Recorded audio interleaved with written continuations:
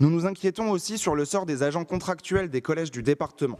Ce dont a besoin le collège public, d'autant plus en éducation prioritaire, c'est d'adultes. Pourtant, dans le canton de Lille 3, il a été demandé à des agents de ne pas se présenter au travail la veille pour le lendemain. Est-ce que cette méthode cavalière annonce une politique de diminution des agents des collèges publics ?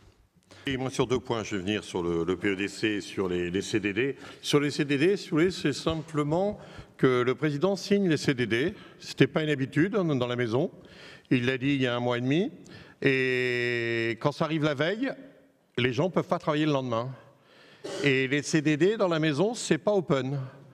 Quand on en a 425 CDD globalement, c'est pas open, c'est comme dans toutes les mairies, je veux dire, voilà, il faut que ça arrive.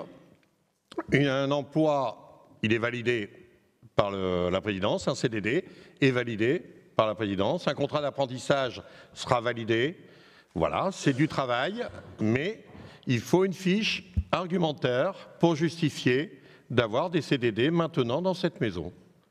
Voilà, c'est simplement ça. Donc, il faut que ça se mette en route. Je veux dire, demain, ça ne se reproduira plus. Voilà, si vous voulez, ça ne peut pas être open. Chacun prend des CDD dans ses services.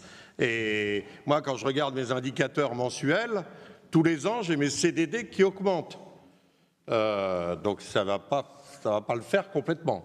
Voilà, donc c'est comme ça que... C'est simplement de la gestion, hein. Si vous voulez, après, on peut se dire que ce n'est pas le travail du président. Mais je pense que c'est le travail du maire et je ne vois pas pourquoi ça ne serait pas le travail non plus du président. Voilà, donc j'assume complètement. Tout le monde n'a pas cru que j'allais signer les CDD. Voilà, ok. Mais ils seront signés en temps et en heure, le tout c'est qu'ils m'arrivent. Et avec la fiche qui argumente qu'on a besoin. Et dans tout ce qui est collège, il n'y a aucun souci, je veux dire... Mais il y a des endroits où des fois on peut se demander surcharge de travail. On n'embauche pas des CDD dans le privé à chaque fois qu'il y a une surcharge de travail. Des fois il y a les agents qui se partagent également la surcharge de travail. Parce qu'autrement après quand on regarde le bilan à la fin de l'année de la société, on n'a pas obligatoirement gagné de l'argent. Des fois on en a même perdu. Voilà, c'est simplement la raison et que j'assume complètement. Et je désengage complètement la vice-présidente là-dessus. Et sur